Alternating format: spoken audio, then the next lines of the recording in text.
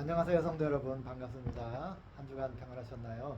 오늘 10월 4일 주일 예배입니다. 오늘은 기도를 주제로 우리가 함께 묵상하며 우리 자신의 기도를 다시금 점검해 보시기를 원합니다. 자, 오늘 본 말씀은 로마서 8장 26절에서 27절, 고린도전서 14장 15절에서 14절 15절입니다. 먼저 고린도전서 14장 14절부터 15절 먼저 공독합니다. 내가 만일 방언으로 기도하면 나의 영이 기도하거니와 나의 마음은 열매를 맺지 못하리라. 그러면 어찌할까? 내가 영으로 기도하고 또 마음으로 기도하면 내가 영으로 찬송하고 또 마음으로 찬송하리라. 아멘. 영의 기도와 마음의 기도를 지금 이야기하고 있습니다. 두 번째 성경 구절입니다. 로마서 8장 26절 27절 말씀입니다. 이와 같이 성령도 우리에게 우리의 연약함을 도우시나니 우리는 마땅히 기도할 바를 알지 못하고 오직 성령이 말하소서 하시고 우리를 위하여 친히 간구하시느니라. 마음을 살피시는 이가 성령의 생각을 하시나니 이는 성령이 하나님의 뜻대로 성도를 위하여 간구하심이니라. 아멘. 기도의 단계라고 할까요? 여러분 기도의 종류도 여러 가지 여러분이 설교를 들으셨을 것입니다. 기도의 단계, 오늘은 기도의 단계에 대해서 한번 생각해 보면서 우리가 묵상을 하시길 바랍니다. 기도의 단계를 제가 많게는 4단계로, 그리고 이제 그 줄이면 2단계로 이렇게 말할 수가 있는데요. 먼저 4단계로 살펴서 우리가 이해하기 쉽게 좀 분류해서 생각을 해보기로 합니다.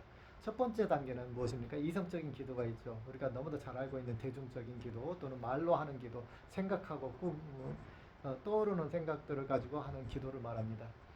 또는 기도 제목들을 적어놓고 계획하에서 하는 기도를 말합니다. 기도 제목들 1, 2, 3, 4, 5, 6, 7, 10까지 이렇게 해서 시간 되는 대로 시간을 정해놓고, 또는 철학 기도 때, 또는 새벽 기도 때 하는 그런 기도를 말합니다. 이게 이성적인 기도죠. 논리적인 기도라고 할 수도 있습니다. 두 번째 기도는 마음의 기도입니다. 마음의 기도는 우리 그냥 이성적으로 계획하여 하는 기도를 넘어서서 뭔가 좀 이성적인 기도에서 만족감을 느끼지 못하고 좀 더 깊이 들어가서 내 죄의 회개를 할지, 이런 감성적인 부분입니다. 이건 예수님께서도 우리에게 그 원리적으로 말씀하셨죠. 율법과 복음이라는 차원에서 그 차이점을 설명하셨습니다. 예수님께서 율법을 완성하러 오셨다고 하면서 뭐라고 말씀하십니까? 마음에 악한 마음을 품으면 이미 살인을 했다, 그렇게 말하잖아요. 이게 마음의 원리를 예수님께서는 아주 강조를 하셔요. 그래서 기도도 마찬가지죠. 우리가 많이 경험하셨지만 마음에 탄원하는 기도, 마음에 너무 일상생활과 연결되지만 그것이 단순하게 머리로 하나님 우리 돈 없으니까 하나님 채워주세요, 행복을 채워주세요, 이렇게 기도하는 걸 넘어서서 마음에 너무 막 저려오는 것을 경험하는 것이죠. 한나의 기도도 그런 기도잖아요. 너무 그냥 자식이 없는 것 때문에 고난을 당해서 마음에 상처가 많아요. 그래서 상처가 입은 그 심정으로 하나님 앞에 토로하는 기도들, 이게 마음의 기도죠. 또는 이제 이성의 기도와 마음 기도가 하나의 육의 기도라고 할 수가 있습니다. 육신의 기도, 성경이 말하는 지금 바울이 이야기하는 베드로전서, 고린도전서죠. 고린도전서 오늘 본문에 말씀한 거 있죠. 너희 12장 말씀, 14장 말씀. 내가 방언으로 기도하고 또 나의 영이 기도하거니와, 그리고 내 마음은 할례를 맺지 못함. 내 마음의 기도도 하고 영의 기도도 하겠다, 이렇게 이야기하잖아요. 여기에서 마음의 기도라는 것, 또는 육신의 기도라고 이렇게 표현하기도 하죠. 우리 이성과 마음으로 하는 기도를 하나로 합치면 하나로 말할 수가 있겠습니다. 자, 이런 기도들은 우리가 느끼기에 어떻습니까? 꼭 그런 건 아니지만 느끼기에 이성적 기도는 뭔가 좀 딱딱하고, 마음의 기도는 뭔가 내 온 정성과 좀 더 솔직한 양심과 이런 것들이 반영되어진 기도가 아닐까, 우리는 보통 그렇게 생각을 하게 돼요. 또 간절함이 묻어있는 기도, 성경에는 예수님도 말씀하셨고 너희가 부르짖으라 그러잖아요. 구약 성경에 부르짖으라 그러면 내가 응답하겠고, 그리고 구하라 그러면 열릴 것이다, 두드리라 열리리라, 구하라 받을 것이다, 그러잖아요 예수님께서. 이러한 그 간절한 마음으로 기도하는 것을 이제 통합해서, 간절한 마음으로 이성적으로 논리적으로 다 통합해서 기도하는 것, 이런 걸 갖다가 육의 기도다, 이렇게 이야기합니다. 자, 우리가 보통 형식적인 기도에 빠질 수 있는 율법적인 기도에서 그 다음에는 마음의 기도로 좀 넘어오죠. 좀 더 뭔가 솔직하고 진실성이 좀 더 반영되어진다고 할 수 있는 마음의 기도로 넘어옵니다. 이걸 단계로 굳이 표현하자면 그렇게 될 수 있죠. 그다음 세 번째 단계가 뭐냐면 이제 영으로 하는 기도로죠. 대부분의 우리 성도님들이 이 두 번째 단계에서 멈추고 있어요. 그렇죠? 여러분 방언하신 분 계십니까? 네, 방언 기도 하시는 분, 그다음에 통역, 통변 뭐 하시는 분, 일단 사도 바울도 그랬어요. 너희들이 되도록이면 방언으로 기도해라. 그러나 깨달은 마음으로도 기도해라. 그러죠. 두 가지를 이야기하는데 예, 이 방언 기도를 굉장히 강조를 또 하고 계셔요. 왜 그럴까요? 방언 기도란 무엇입니까? 방언 기도에는 두 가지가 종류가 있는데요. 첫 번째 단계는 내 영이 기도하는 걸 말해요. 내 영이. 내 영이 하나님 앞에 탄원하고 기도하는 걸 말합니다. 그 다음에는 두 번째는 방언 기도의 두 번째 방언 기도의 성격은 성령께서 내 안에서 기도하는 겁니다. 내 영과 함께 기도하는 것. 이걸 방언이라고 해요. 방언이 두 종류 방언이 있어요. 예, 그러니까 그 내용적으로 두 가지 종류, 형식적으로 두 가지 종류가 있어요. 내용적으로 두 가지 종류는 뭐냐면 누가 주체자가 방언 기도의 주체자가 누구냐예요. 성경에 보면 두 주체자가 있어요. 하나는 내 영이 주체자가 돼서 방언을 하는 기도가 있고요. 또 하나는 성령이 주체가 돼서 내 영과 더불어서 함께 기도하는 그런 기도가 있어요. 이 두 가지 기도가 있고요. 그 다음에 형식적으로 보면은 방언 기도는 언어 기도, 언어 방언과 소리 방언이 있다고 그랬죠. 언어 방언은 우리가 알고 있는 그 랭게지 단어, 의미 있는 단어가 성령의 임재하임에 따라서 오순절 다락방에서 첫 번째 했던 방언 기도, 바로 그런 방언 기도죠. 사람 어떤 분들은 그것만 막 주장하는 분도 있어요. 그러나 분명히 성경에 보면 소리 방언도 있다 그랬어요. 의미가 없다 그랬어요. 단어적인 의미가 아니고 그냥 소리로 나오는 그런 방언이 있다 그랬어요. 두 종류 방언이 있습니다. 형태적으로. 자, 그러면 우선 방언은 지금 우리가 이야기하고자 하는 것은 의미적인 방언에 대해서 이야기하고자 합니다. 의미적인 방언. 처음에 내 영이 기도한다는 거. 내 영이 기도하는 건 뭡니까? 내 영이 기도하면 어떻게 된다 그랬어요? 내 육신이 알아듣지 못한다 그랬어요. 영의 세계라는 거죠. 인간은 영이라는 것이 존재하잖아요. 그래서 영의 세계, 내 영은 하나님으로부터 창조받아서 이 땅에 온 순간에 내 육신을 지배하고 무의식 같은 비싼 상황에서 내 육신을 지배하는 거예요. 그런데 이거에는 내 의식과 내 영은 같이 통하길 때도 있고 서로 상반될 때도 있고 그런 거죠. 그래서 육신의 기도는 육신의 기도로 별도일 수 있고 영의 기도의 결과물일 수도 있고 이거는 상황에 따라 다르겠죠. 그러나 어쨌든 항상 같지는 않을 수 있다라는 거예요. 그래서 영의 기도는 뭐냐면 좀 더 영의 세계를 잘 아는데 영의 세계에서 기도의 제목도 내 형편과 사정도 육의 형편과 사정도 내가 영이니까 잘 알잖아요. 내 영이 내 육보다는 내 형편과 사정을 더 잘 알아요. 그리고 어떻게 해결해야 될지 어떻게 기도해야 될지 다 잘 아는 거예요. 그래서 내 영이 기도하는 것, 하나님 앞에 내 자신에 대해서 좀 더 디테일하게 좀 더 정확하게 회개할 것 회개하고 하나님께 구할 것 구하고 하는 기도를 갖다 영의 기도라 그래요. 그거를 방언을 하는 거예요.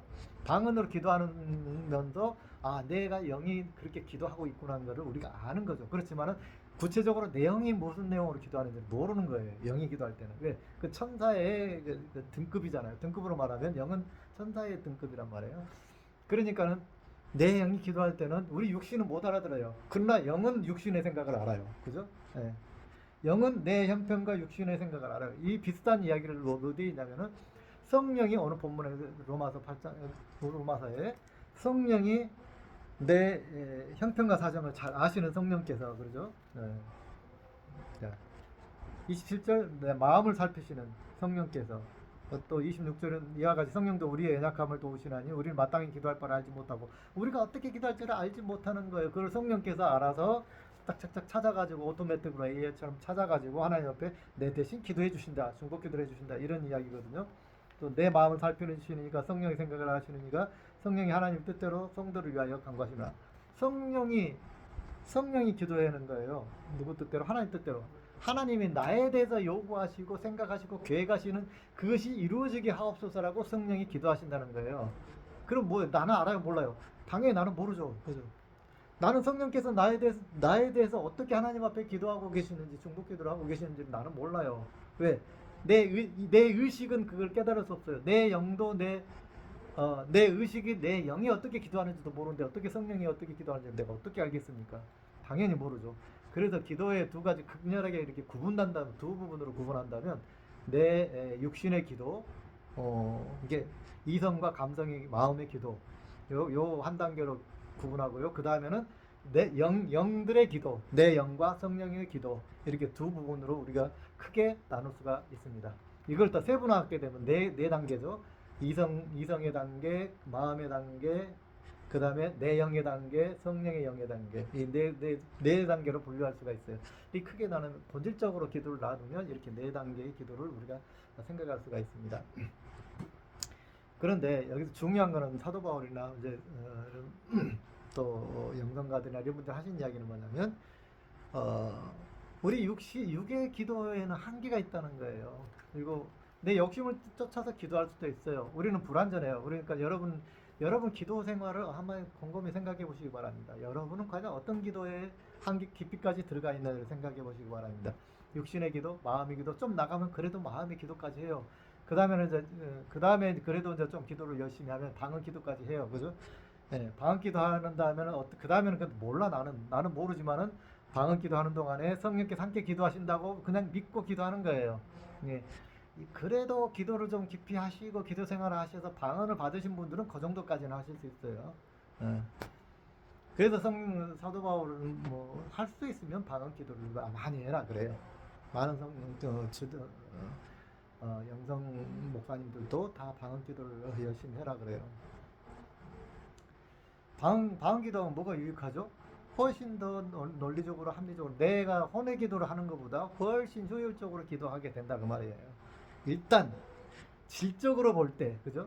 제가 육신의 기도를 1시간, 2시간, 3시간 한다고 생각해 보세요. 굉장히 힘듭니다. 육신의 기도에는 한계가 있어요.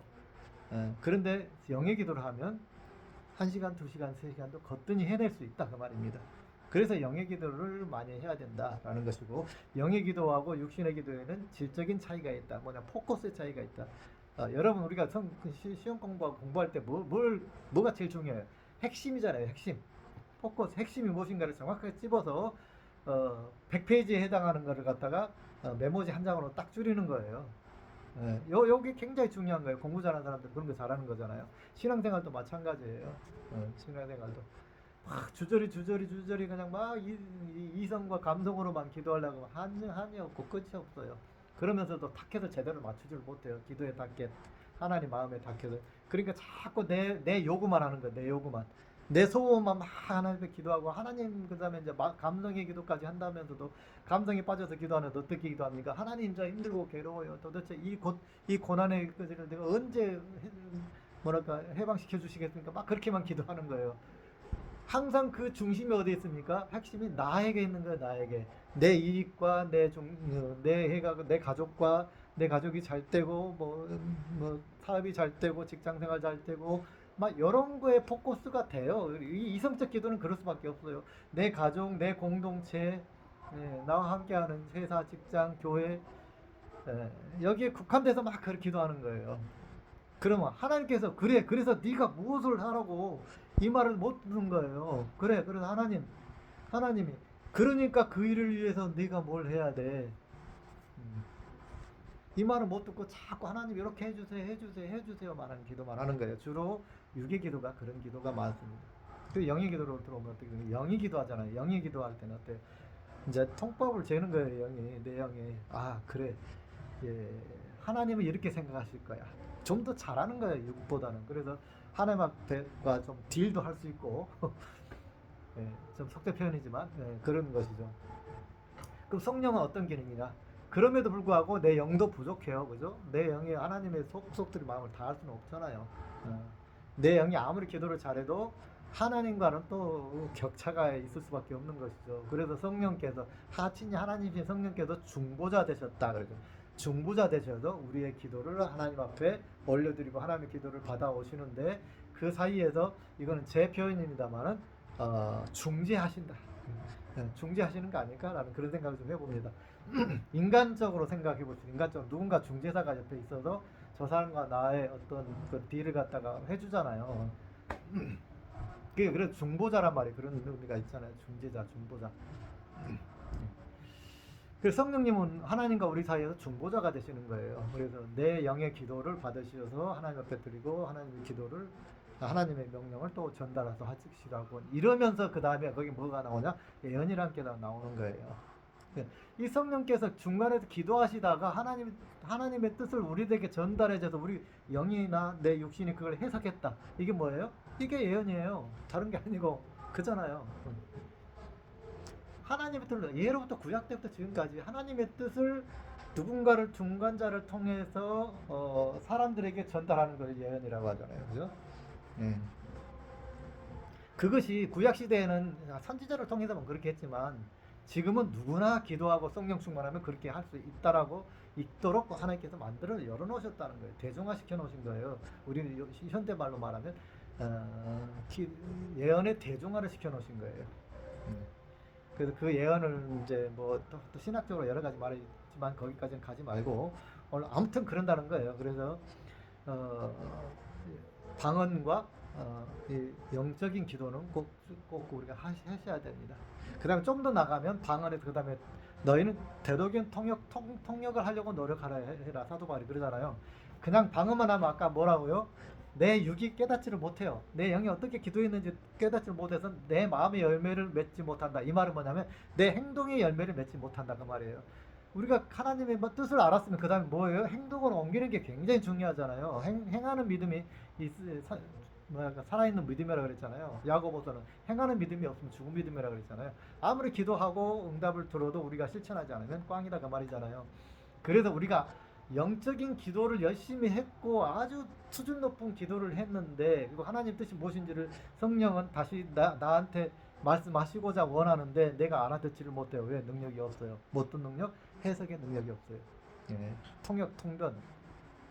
우리가 보통 통역은 다른 사람 거를 해주고 통변은 내 거를 한다 그러는데 어쨌든 간에 통변의 은사가 나한테 없어요. 그러면 어떻게 해요? 아무리 방언 기도하고 성령이 기도하지만 그거는 유익해요. 그러니까 많이 할수록 좋기는 좋은 거예요. 그죠? 좋기는 좋은 거지만 내가 당장 내 행동으로 옮기는 열매를 맺기가 굉장히 힘들다 그 말이에요. 그래서 뭘 하다가 그래서 사도 바울이 굉장히 강조를 합니다. 방언보다는 통역을 하도록 해라. 통변을 하도록 해라. 이게 뭐예요? 최소한 자기가 방언으로 기도한 거를 자기가 알아들을 수 있도록 해석할 수 있는 능력을 동시에 구해라. 언제? 성령 충만할 때. 이렇게 사도 바울이 우리에게 요구를 합니다. 여러분 기억하시기 바랍니다. 여러분 방언만 하고 계신 분이시다면은 어떻게 최대한 통변의 은사를 동시에 달라고 꼭 기도하시기 바랍니다. 방언만 해도 당연히 유익하지만 방언으로 아무 생각 없이 1시간 기도하는 것보다는 내 방언을 내가 해석할 수 있다면 얼마나 좋겠습니까? 그것이 내 마음의 열매를 맺고 내 행동에 열매를 맺을 수가 있잖아요. 그렇게 되기 위해서 반드시 그렇게 돼야 되는 거예요. 우리가 성경을 읽고 묵상하고 큐티를 한다는 건 뭡니까? 내 행동에 열매를 맺기 위해서 그런 거예요.